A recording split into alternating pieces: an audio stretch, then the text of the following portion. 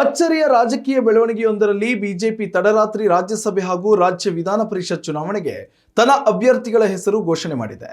ರಾಜ್ಯಸಭಾ ಚುನಾವಣೆಗೆ ಮಾಜಿ ಪ್ರಧಾನಿ ಎಚ್.ಡಿ. ದೇವೇಗೌಡರಿಗೆ ಟಿಕೆಟ್ ಕೈತಪ್ಪಿದೆ ಹಾಗೂ ಸುಮಲತಾ ಅಂಬರೀಶ್ ಅವರಿಗೂ ಕೂಡ ರಾಜ್ಯಸಭೆ ಟಿಕೆಟ್ ಮಿಸ್ ಆಗಿದೆ. ಬಿಜೆಪಿ ಜೆಡಿಎಸ್ ಮೈತ್ರಿ ಹಿನ್ನೆಲೆಯಲ್ಲಿ ರಾಜ್ಯಸಭೆಗೆ ಮಾಜಿ ಪ್ರಧಾನಿ ಎಚ್.ಡಿ. ದೇವೇಗೌಡರನ್ನು ಪರಿಗಣಿಸುವಂತೆ ಜೆಡಿಎಸ್ ಮನವಿ ಮಾಡಿತ್ತು.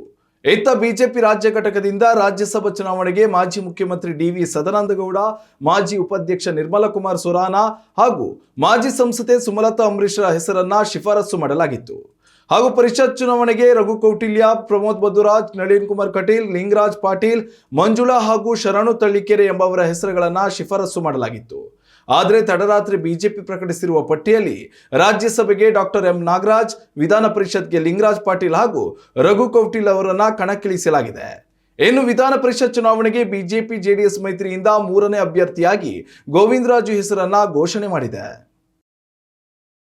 ಉತ್ತಮ ಸಂಸ್ಕಾರಯುತ ಶಿಕ್ಷಣದೊಂದಿಗೆ VSS English medium CBSE school Udupi Muddur. ನರ್ಸರಿಯಿಂದ 10ನೇ ತರಗತಿವರೆಗೆ ಶಿಕ್ಷಣದ ಜೊತೆಗೆ 5ರಿಂದ 10ನೇ ತರಗತಿವರೆಗಿನ ವಿದ್ಯಾರ್ಥಿನಿಯರಿಗೆ ಉತ್ತಮ ಹಾಸ್ಟೆಲ್ ಸೌಲಭ್ಯವೂ ಇದೆ. ನಿಮ್ಮ ಮಕ್ಕಳ ಪ್ರವೇಶಾತಿಗಾಗಿ ಈ ಸಂಖ್ಯೆಗೆ ಕರೆ ಮಾಡಿ.